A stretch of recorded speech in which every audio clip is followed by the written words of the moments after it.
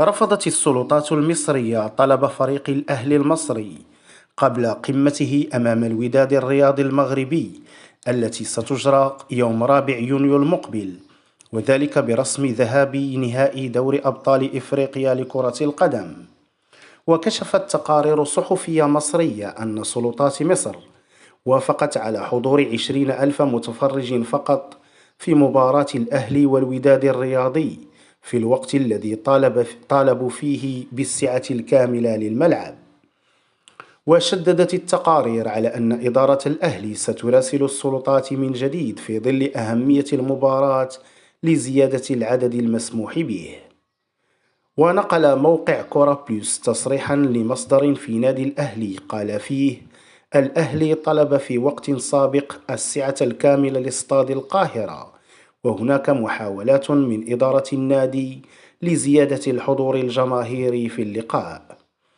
من جانب آخر، باتت المنطقة 6 بمركب محمد الخامس بالدار البيضاء جاهزة لاستقبال الجماهير في مباريات الوداد والرجاء الرياضيين بداية من الأسبوع المقبل.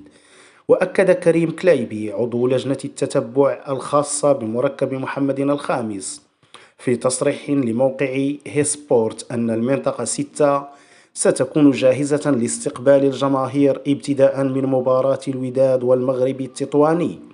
وخلال الليلة الماضية عرضت تذاكر المنطقة 6 للبيع في المنصة الخاصة بذلك.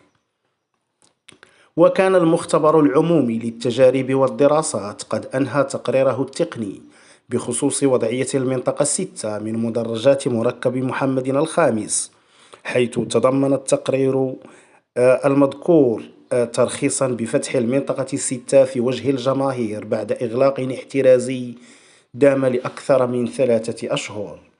وكانت اللجنة الأمنية بتنسيق مع مسؤول ملعب محمد الخامس قد قررت في اجتماع لها مع ممثل الرجاء والوداد الرياضيين إغلاق المنطقة 6 في وجه الجماهير بشكل مؤقت خلال شهر فبراير الماضي، إلى حين صدور نتائج الخبرة التي جرت على وضعية المدرجات بعد انتشار مقاطع فيديو لاهتزازات في المنطقة المذكورة على مواقع التواصل الاجتماعي. ويذكر أن مباراة الذهاب بين الأهلي والوداد الرياضي ستجرى يوم 4 يونيو باستاد القاهرة الدولي، على أن يلعب الإياب يوم 11 من الشهر نفسه باستاد دونور بالدار البيضاء. ويشار أيضا إلى أن فريق الوداد تأهل إلى النهائي على حساب فريق ماميلودي سانداونز الجنوب أفريقي، في حين بلغ الأهلي دور النهائي على حساب الترجي التونسي.